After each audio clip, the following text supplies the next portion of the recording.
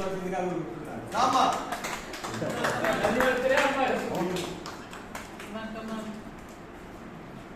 Okay మిత్రులారా, ఈ కార్యక్రమం ఆల్రెడీ మనం అనుకున్న టైం కన్నా 30 గంట లేట్ అయింది. మన సోమశేఖర్ గారు చెప్పిన టైం కన్నా 10:30, 11 కన్నా కొంచెం తొందరగా ముగించుకున్నాము.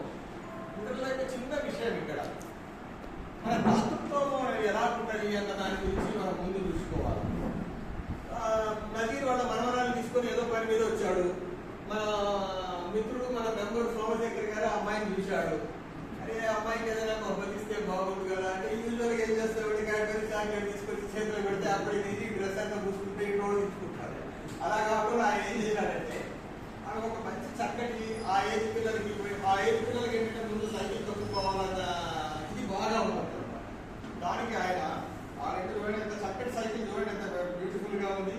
ఈ సైకిల్ ని ఆమెకి బహుమతి ఇవ్వాలా అన్న కోరిక ఆయన మనసులో పుట్టి ఈ సైకిల్ ఆయనకి ఆ అమ్మాయికి బహుమతిగా ఇవ్వడానికి ప్రోగ్రామ్ ఏర్పాటు చేసిన సోమశేఖర్ గారికి ధన్యవాదాలు చెప్పుకుంటున్నాను. మన సీనియర్ సిటిజన్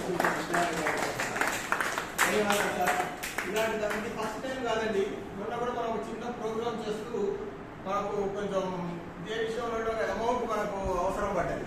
బుక్స్ ఈ స్కూల్ పిల్లల గవర్నమెంట్ పాటు ఒక రిమోట్ ఏరియాలో ఒక చిన్న స్కూల్ ఉంది, వాళ్ళకి బుక్స్ అవసరం వచ్చినప్పుడు కూడా మనం ఏం చేసామంటే ఆ రోజు కార్యక్రమంలో ఇలా ఉందండి, కొంచెం డబ్బులు మనకు ఇదే ఉందంటే ముందు వెనకక్కడ కూర్చొన్నాడు. ఆయన 500 ఇస్తున్నారండి, నా దగ్గర 500 అని చెయ్యొచ్చారు.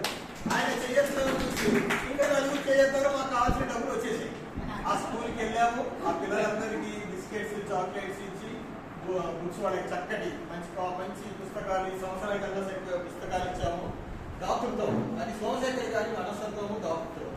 కొంచెం మాటలు చూస్తే మీకు స్పీడ్ అనిపిస్తాయనే కానీ మనసు అయితే వెనకూసాయింది. చాలా సౌమ్యుడు, చాలా ఇది ఉన్నది.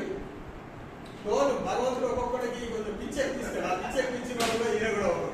మా ధర్మారావు గారికి కానీ వీళ్ళందరూ హై పిచ్చింది అన్నమాట.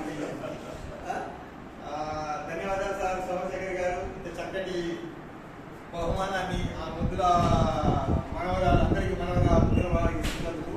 ఇలాంటి దాతృత్వ కార్యక్రమాలు ముందు కూడా మీరు చేయాలని నేను ఆశిస్తున్నాను.